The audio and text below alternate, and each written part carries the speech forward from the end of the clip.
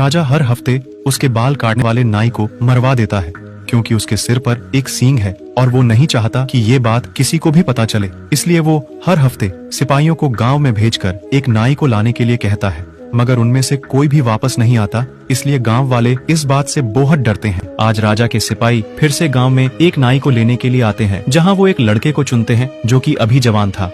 उसके जाने से पहले उसकी माँ उसके लिए खाना पैक करके देती है। थोड़ी ही देर बाद उसको राजा के सामने ले जाकर फेंक दिया जाता है। फिर सभी सिपाही वहाँ से एक एक करके चले जाते हैं। फिर राजा उसे एक चाकू देता है और अपनी टोपी उतार देता है। राजा का सिंह देखकर आदमी चौंक जाता है, मगर वो एक राजा है इसलिए वो कुछ नहीं कर सकता। आदमी अभी जवान था मगर उसे बाल काटना बखूबी आता था। थोड़ी ही देर में राजा के बाल कट जाते हैं। राजा अपना चेहरा चाकू में देखता है और उसके काम से बहुत खुश होता है। फिर वो लड़के को बॉक्स में पड़े खजाने को लेने के लिए कहता है।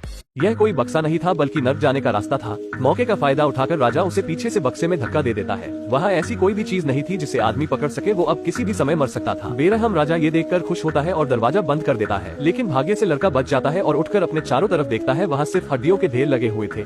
आदमी के बचने के चांस ना के बराबर थे, इसलिए वो अपना मुंह नीचे करके रोने लग जाता है। तभी हड्डियों के ढेर से कोई चीज बाहर निकलती है जिसे देखकर लड़का बहुत डर जाता है, जो कि एक बहुत बड़ा कोबरा सांप था। वो अपनी माँ की दी हुई बीन को बजाने लगता है, जिस कारण सांप नाचने लग जाता है और जल्द ही उसका पालतू बन जाता है। मगर अब उसे खिलाने के लिए कुछ चाहिए था, इसलिए वो अपनी माँ के दिए हुए पराठे उसे खिला देता है, जिससे खुश होकर कोबरा सांप उसे अपने नाक पर बैठाकर उसे बाहर छोड़ देता है। आदमी वहाँ से जाने लगता है, मगर तभी उसे कुछ हलचल महसूस होती है और झाड़ियों से एक भेड़िया बाहर निकलता है। आदमी डरकर पेड़ पर चढ़ जाता है और अपनी माँ की बीन बजाने लगता है, जिस कारण भेड़िया भी नाचने लगता है और उसका पालतू बन जाता है। मगर अब इसे खाने के लिए कुछ देना होगा, नहीं तो ये उसे मार देगा। इसलिए वो उसे भी अपनी माँ के हाथ का पराठा खिलाता है, जिससे भेड़िया भी उसे खुश होकर अपनी आदमी ने जल्द ही भेड़िए को कुछ नहीं खिलाया तो वो उसे मार देगा, इसलिए वो अपनी माँ के हाथ से बने पराठे को निकालकर उसे खिला देता है। भेड़िया इस चीज से खुश हो जाता है और आदमी को अपनी पीठ पर बैठाकर रात होने तक भागता रहता है। शाम को उसे एक घर दिखाई देता है तो आदमी एक रात वहीं रुकने का फैसला करता है, लेकिन ये कोई आम घर नहीं था। यहाँ एक चुड़ैल रहती थी। वो आदमी को देखकर एक सुंदर लड़की का रूप धारण कर लेती है और उसे घर के अंदर बुला लेती है। आदमी के अंदर जाकर बैठते ही चुड़ैल एक ताली बजाती है और घर की सभी चीजें आदमी को पकड़ लेती है और उबल रहे पानी की तरफ ले जाने लगती है। आदमी मरने से पहले आखिरी बार चुड़ैल से अपनी माँ की दी हुई बीन को बजाने का आग्रह करता है। चुड़ैल भी थोड़ी दयालु होती है, इसलिए वो उसे ये करने देती है। बीन की आवाज सुनकर चुड़ैल अपने आप नाचने लगती है और अपने असली रूप में आ जाती है। लड़का ये देखकर डर जाता है और चुपके से वहाँ से निकलने की कोशिश करता है, मगर पीछे से चुड़ैल उसे रोक देती है। चुड़ैल को भी भूख लगी थी, अगर उसे भी कुछ खाने के लिए नहीं दिया तो वो आदमी को मार देगी, इसलिए वो अपनी माँ का दिया हुआ आखिरी पराठा उसे खिला देता है, जिससे खुश होकर चुड़ैल उसे एक जादुई कोट देती है।